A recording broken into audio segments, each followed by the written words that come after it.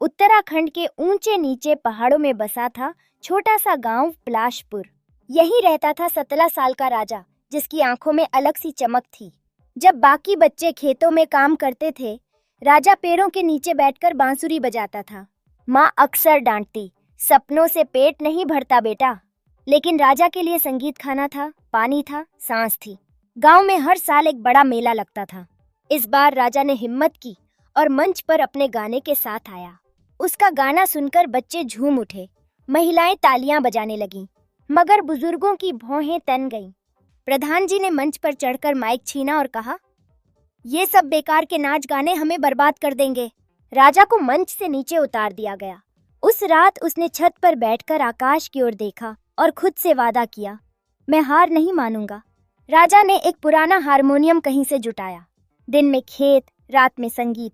धीरे धीरे वह गिटार और तबला भी सीखने लगा, खुद से, गलती करते करते। वह रेडियो पर गाने सुनता, फिर खुद गुनगुनाने लगता। माँ उसकी आंखों में जुनून देखकर डरने लगी थी। पिता खामोश हो गए थे, मगर राजा अब अपने सपनों के साथ एक नई जिद के साथ जीने लगा था। एक रात चुपके से उसने माँ के हाथ में कुछ पैसे रखे और कहा, माँ आशीर्वाद दो, मैं दिल्ली जा रहा हूँ। माँ रोई, पर चुपचाप उसका बैग बांधने लगी। राजा पहाड़ों को पीछे छोड़ ट्रेन में बैठकर अनजाने शहर की ओर निकल पड़ा। जेब में सपने थे, दिल में आग थी। दिल्ली उसे अपने विशाल आकार से डराती थी। किराए के छोटे से कमरे में 4 लोगों के साथ रहना पड़ा।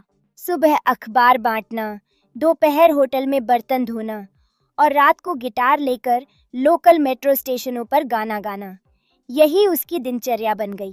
कई बार भूख लगी, कई बार नींद गायब रही, कई बार लगा कि वापस लौट जाए, लेकिन फिर उसे माँ का चेहरा याद आता। एक दिन कनॉट प्लेस के एक कैफे में राजा गा रहा था। भीड़ के बीच एक सज्जन खड़े थे, राजन मेहता, एक प्रसिद्ध म्यूजिक डायरेक्टर। राजन साहब ने राजा के पास जाकर कहा, तेरी आवाज में जादू है, चल मेरे साथ स्टूडियो आ। वो दिन राजा के जीवन का मोड़ बन गया। राजा ने राजन मेहता के साथ कई जिंगल्स, एड्स और फिर छोटे एल्बम्स में गाना शुरू किया। धीरे धीरे उसके गाने टीवी और यूट्यूब पर ट्रेंड करने लगे। बड़े बड़े म्यूजिक कंपनियां उसे साइन करने लगी। राजा अब रॉयल राजा के नाम से पहचाना जाने लगा था। एक दिन उसे एक न्योता आया। पलाशपुर मेले में विशेष अतिथि के तौर पर बुलाया गया था। वही मेला, वही गांव, पर अब वक्त बदल चुका था। राजा भारी मन से लौट पड़ा, अपने सपनों को हकीकत बनाकर। गांव में उसके स्वागत में ढोल बज रहे थे, फूल बरसाए जा रहे थे।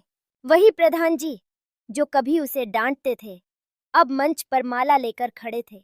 प्रधान जी ने कहा, हमने गलती की थी बेटा, तुझे रोकने की कोशिश करके हमने खुद को रोका था। राजा ने हंसते हुए कहा, राहों को रोकने वाले पत्थर भी मंजिल का हिस्सा बन जाते हैं। राजा ने गांव में एक संगीत विद्यालय खोलने का फैसला किया।